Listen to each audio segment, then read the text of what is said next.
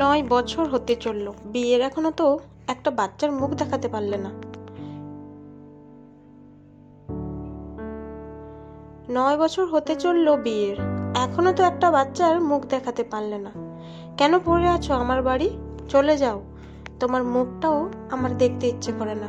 বন্দা মেয়ে ছেলে যত সব আমার কপালে এসে জুটেছে, আমার ছেলেটার জীবনটা শেষ করে দিচ্ছে একেবারে। বিকেলে বসে বসে আমার স্বামীর সাথে ফোনে কথা বলছিলাম, এমন সময় বাইরে শাশুড়ি মায়ের এমন কথা শুনে প্রচণ্ড ভয় পেয়ে গেলাম। আর বুঝতে পারলাম উনি ওইসব কথাগুলো আমার বড় যা পায়েলকে বলছিলেন। এরপর আমার স্বামীকে বলে ফোনটা কেটে দিয়ে বাইরে বের হলাম। দেখি বর্দি মাথা নিচু করে দাঁড়িয়ে। প্রতিদিনই মা ওনাকে নানান ভাবে অপমান করেন, আমি কিছু বলতে গিয়েও বলতে পারি না। নতুন বউ হওয়ার সুবাদে কিছু বলতেও পারি না। তবুও আজ সাহস জুগিয়ে মাকে জিজ্ঞেস করলাম, কি হয়েছে মা? কি আর হবে, সবই আমার কপাল, সবই আমার কপালের দোষ, বলেই উনি ঘরে চলে গেলেন। আর বর্দি দেখি এখনো মাথা নিচু করে দাঁড়িয়ে আছে। এই মানুষটাকে আমি যত দেখি তত যেন অবাক হই। মা ওনাকে এত কিছু বলেন, তবুও মুখ ফুটে একটা কথা উনি বলেন না। এত সহ্য শক্তি উনি কোথা থেকে পান, ঈশ্বরই জানেন। বর্দি, ঘরে চলো। ছল ছল চোখে বর্দি আমার দিকে তাকালো। আমি আর পারছি না রে বোন, ঈশ্বর কেন আমার সাথে এমন করছে রে? একটা বাচ্চা যে আমার খুব দরকার রে বোন। ইদানিং তোর বড়দাও আমার সাথে ঠিক করে কথা বলে না। কি করে কথা বলবে বল? একটা বাচ্চার মুখ যে আমি তাকে দেখাতে পারছি না। বলেই বর্দি কাঁদতে লাগলেন। আমি ওনাকে ঘরে নিয়ে আসলাম। বর্দি, এভাবে কেঁদো না প্লিজ, দেখো একদিন সব ঠিক হয়ে যাবে, আর তুমিও একটা গোলুমুল্লুর মা হবে। তাই যেন হয়, ঈশ্বরের কাছে প্রার্থনা করিস বোন। বর্দি মানুষটা খুব ভালো। আমি এসেছি এই বাড়ি 1 বছর হতে চলল। আমি এই বাড়ির মেজ ছেলের বউ। বড়দা ব্যবসা করেন, আর আমার স্বামী পুলিশে আছেন। ওনাদের এক ছোট ভাই আছে, সে কলেজে পড়ে। আর ওনার বড় একটা দিদি আছে, যার বিয়ে হয়ে গেছে অনেক আগেই। রাতে খাবার টেবিলে আমি আর বর্দি সবাইকে খাবার দিচ্ছিলাম। এমন সময় আমার শাশুড়ি বললেন, দেখ তাপস, অনেক হয়েছে, এবার তুই এই বন্দাটাকে বিদায় করে আবার আর একটা বিয়ে কর। কথাটা শুনে বর্দির হাত থেকে চামচটা পড়ে গেল। আমিও অনেকটা অবাক হলাম ওনার কথা শুনে। বড়দা এতে হ্যাঁ বা না কিছুই বললেন না। টেবিলে আমার শ্বশুর, শাশুড়ি, বড়দা, আমার হাজবেন্ড এবং ওদের ছোট ভাই সবাই আছে। আজ 6 মাস ধরেই মা এই কথাটা বলছেন। দেখলাম বর্দি কাঁদছে। কেন জানি না আমার আর সহ্য হলো না আজকে।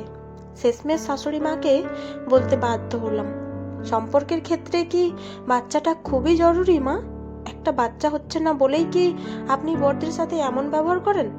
আমি আসার পর থেকেই দেখছি আপনি বর্দির সাথে কখনো ভালো করে কথাই বলেননি। আপনিও তো একজন মেয়ে মা, আপনি কি বোঝেন না একটা মেয়ের মা না হওয়াতে তার ভেতরে কি পরিমাণ কষ্ট হতে পারে? মা, বর্দি তো সেই ছোটবেলায় মা হারিয়েছে। বিয়ের পর তো এইটুকু আশা করতেই পারে যে তার শাশুড়ি মায়ের থেকে অন্তত একটু ভালোবাসা পাবে।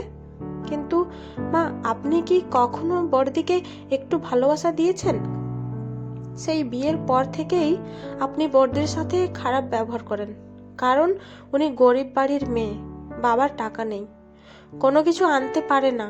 আর মূল কথা, বড়দা হুট করেই আপনাকে না জানিয়ে বর্দিকে বিয়ে করে এই বাড়িতে এনেছিল।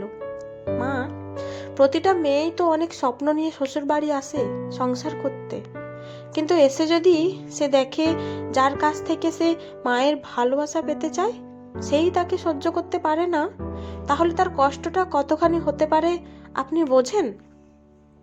মা, আমি প্রায় দেখি বর্দি কান্না করে, এমনকি বড়দাও আজকাল ওনাকে সহ্য করতে পারে না। এই মেয়েটা কোথায় যাবে মা, বলুন? মা, দিদিরও তো 10 বছর পর অনেক চিকিৎসা করে বাচ্চা হয়েছে।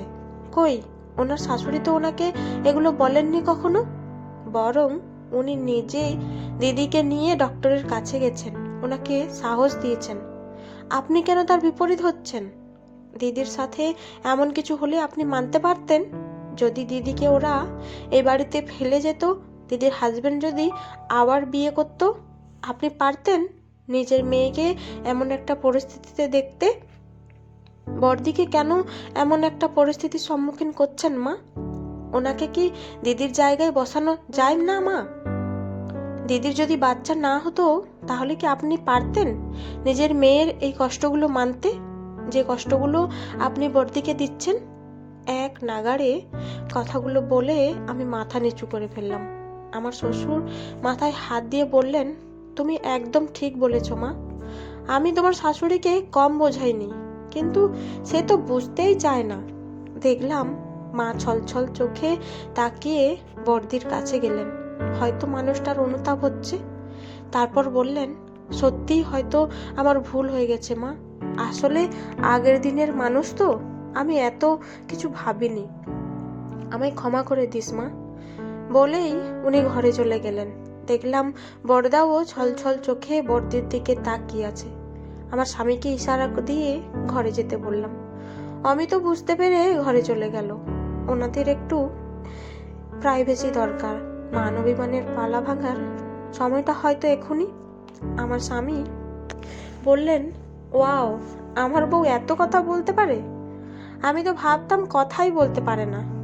তাই নাকি? আমি বুঝি বোবা? না না, একদম না। মা যা রাগী, আমি তো ভয় পেয়ে গেছিলাম কি না কি হয়। বড়রাও ভুল করে মশাই, কিন্তু ওনাদের ভুলটা ওনাদের কাছে ভুল মনে হয় না, তাই মাঝে মাঝে একটু ভুল ভাঙাতে হয়, এই আর কি। আজকের পর হয়তো বড়দিকে কিছুটা হলেও কম অপমান সহ্য করতে হবে। পাড়ার লোক যা ইচ্ছা বললেও অতটা কষ্ট লাগে না, কিন্তু নিজের লোকগুলোর একটু আঘাতও মেনে নেওয়া যায় না।